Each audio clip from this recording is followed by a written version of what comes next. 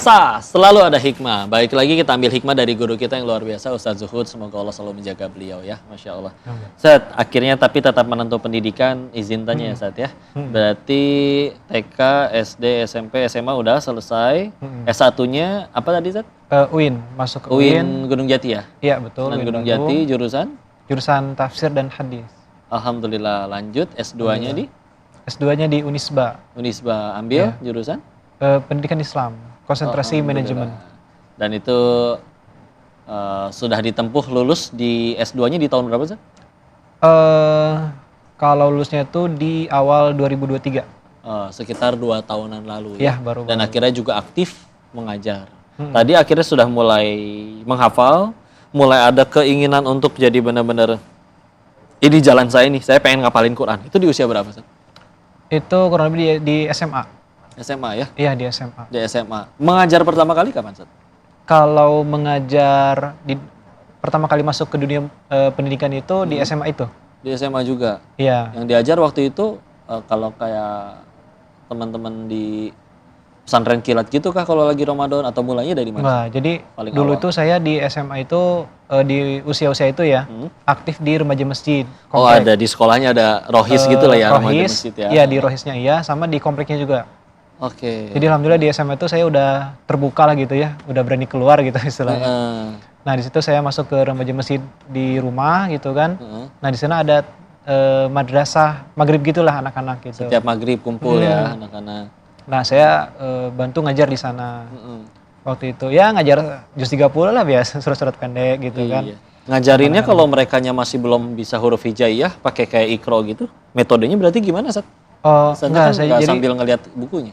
Jadi saya bukan ngajarin baca Qur'annya, tapi ngajarin hafalannya. Setoran ke Ustadz berarti ya? Iya, jadi talaki Oke, gitu.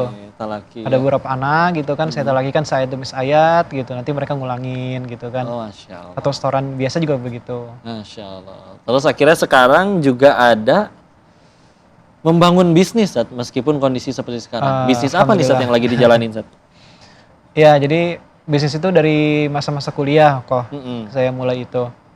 Biasalah, karena kepepet. The power of kepepet gitu kan. The power of kepepet. Bidang apa, Sat, sekarang, Sat, yang lagi jalan? Nah, kalau yang lagi dijalan itu, saya buka ya warung lah gitu ya, warung terserba dengan istri. Di awal nikah itu tahun 2020. Nah itu orang Bandung juga, Sat? Orang Bandung tapi keturunan Padang istri. Oh, Masya Allah. Terus gimana, Sat? Nah, buka warung tuh? Ya buka warung, ya konter lah gitu ya. Di kontrakan. Oh, Masya Allah. Dulu itu. Nah kita buka itu ada jualan kayak pulsa gitu ya. Terus gas, ya bisa lah terserba gitu ya. Pernah ada yang ngebohongin gak, Sat, waktu dia bayar ke warung? Wah itu mah cerita biasa kok. Sering ya, Sat? Sering kok, bener. Ya Allah. Gak takut apa ya? Allahu Sekarang sampai bisa ngebedain gak, Sat? Ada kawan kami yang tenaga cerita itu dia udah bisa ini, Sat. Betul. Bedain bisa. mana 100.000, mana selain karena ukuran beda ya sama ini Iya, juga. Ada. Kalau saya by aplikasi. Oh, pakai Gitu. aplikasi Jadi di scan, bisa, si uangnya di scan pakai HP gitu. Nanti aplikasinya nanti keluar suara. Iya betul. Cepeceng ini bos, gue mandi. Dan akhirnya juga aktif di bisnis di pasar modal. Nah itu gimana kisahnya, Sat? Nah kalau di pasar modal itu awalnya karena ini sih saya senang nabung ya dari kecil itu. Senang nabung dari cuman 500 perak gitu kan. Sampai akhirnya di awal nikah tuh saya senang nabung emas. Oh, Masya Allah. Senang nabung emas, awalnya dari situ sih. Nabung emas, saya lihat ini nilainya bertumbuh terus gitu kan. Betul, lindung nilai. Apa namanya, saya beli setahun yang lalu 800.000 kan, waktu itu masih 800.000 per hari ini udah 2 jutaan ya. Nah terus pas saya lihat lagi kok makin naik nih nilainya gitu kan, si emas ini. Nah saya mulai pelajarin tuh tentang dunia emas gitu kan. Bagaimana pertumbuhannya dan sebagainya lah gitu ya. Dari sisi syariatnya seperti apa gitu. Nah setelah saya udah istilahnya udah bukan merasa cukup ya, jadi oke nih di emas saya udah ngerti lah ya, jenuh lah gitu istilahnya. Saya lihat nih lirik, wah ada ini saham nih gitu kan. Iya mulai pelajari. Saham, yang gitu IHSG, Sat? Iya. Atau yang saham apa? IHSG Indonesia aja lah. Iya yang IHSG. IHSG. Masya Allah, Alhamdulillah. Nah, mulai saya pelajari itu tentang saham. Dalam kondisi yang seperti ini pemirsa, Alhamdulillah. Terus kita balik lagi ke Quran nih, Sat. Jadi 24 jamnya Ustadz itu gimana, Ustadz? Bagi waktunya. Jam berapa ngajar? Dari bangun deh, Ustadz. Bangun jam Iya. berapa, ngajar jam berapa. Tadi juga harus ada usaha biar gimana, mesti akhirnya ikut terlibat juga jam berapa. Gimana, Ustadz, berarti ngaturnya, Ustadz? Nah, kalau untuk saat ini sih memang saya lebih fokusnya ke dunia mengajarnya daripada Iya. ke bisnisnya gitu ya. Jadi kalau bangun itu saya sekitar jam 3 atau jam setengah 4-an lah. Di situ Sholat malam dulu. kemudian ya apa namanya sholat subuh biasa. Ya. Nah, kan sekarang saya tinggalnya dengan para santri nih. Jadi Oh, saya iya. jadi pengasuh. Heeh. Nah, jadi kita sholat jamaah bareng di sana. Terus saya nerima setoran. Setiap beres subuh. Iya betul. Oke.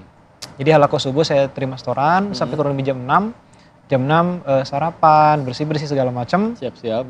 Nah, habis itu sekitar jam 9-an saya istilahnya ngantor lah gitu ya. Nonton, oke. Ya di pesantren gitu. Karena kan di pesantren juga saya di yayasan alhamdulillah diamanahi sebagai ketua yayasan juga. La haula wala quwata. Jadi cukup banyak gitu pekerjaannya gitu. Masya Allah. Yang ngajar di kelas gitu, selain yang tadi setor setiap subuh, itu Ada. Jadi kalau nerima setoran sebenarnya saya 3 kali sehari. Subuh, ada subuh, zuhur, pada sama zuhur. isya. Wih, Masya Allah. 3 kali. Karena tinggal juga bareng santri ya, mukim ya Iya. di situ ya. Iya mereka betul, boarding. betul. Mukim dengan istri di sana. Heeh. Kemudian ngajar di kelas juga ada, tapi jumlahnya sedikit. Untuk saat ini saya cuman 1 kali dalam sepekan ngajar ulumul Quran. Masya Allah. Berapa santri setiap hari terima setoran?